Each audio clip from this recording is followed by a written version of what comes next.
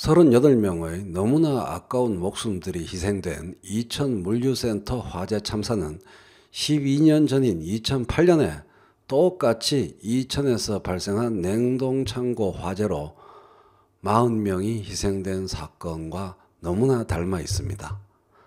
마치 사고 매뉴얼을 준수하는 것처럼 참사가 반복되었습니다.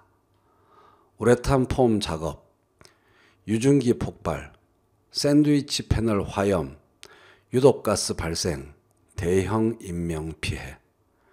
왜 이런 일이 이렇게도 닮은 형태로 재발했을까요?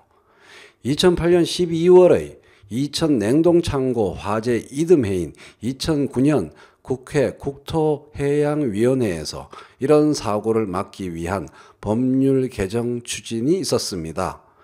신축 건물에 불에 잘 타지 않는 난연 소재의 마감재 및 단열재 사용 등을 의무화하는 그러한 내용의 건축법 등 관련 법 개정이었습니다.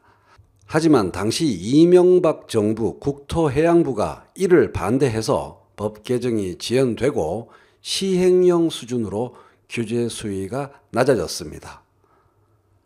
마감재 관련 제한을 처음 도입하는 거라 신중해야 한다. 외국 사례도 많지 않다. 하더라도 대상을 제한적으로 해야 한다는 게 이명박 정부 국토부의 입장이었습니다.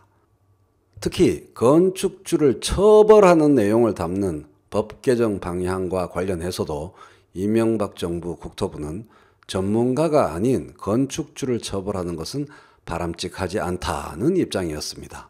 결국 한참 뒤인 2014년 5월에 가서 시행령 수준으로 통과되고 말았습니다. 그리고 그 내용은 규제 대상을 창고 면적에 있어서 바닥 면적을 넓히는 정도, 그리고 내부 마감재 사용에서 난연 재료 이상을 사용하도록 의무화하는 정도였습니다. 벽체 내부에 설치하는 단열재 소재에 대한 규제 조항은 아예 없었습니다.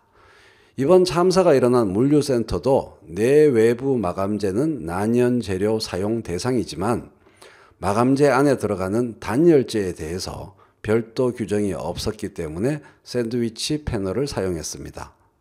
샌드위치 패널에 사용된 우레탄 폼은 10여 초 안에 사람을 그대로 쓰러지게 만드는 농축 독가스와 다름없는 소재입니다. 이러한 핵심적인 부분에서 강력한 규정 마련과 처벌 조항 추가가 있어야 이번과 같은 인명피해를 막을 수 있었을 텐데 이명박 정부 국토부가 결국 이를 막았던 겁니다.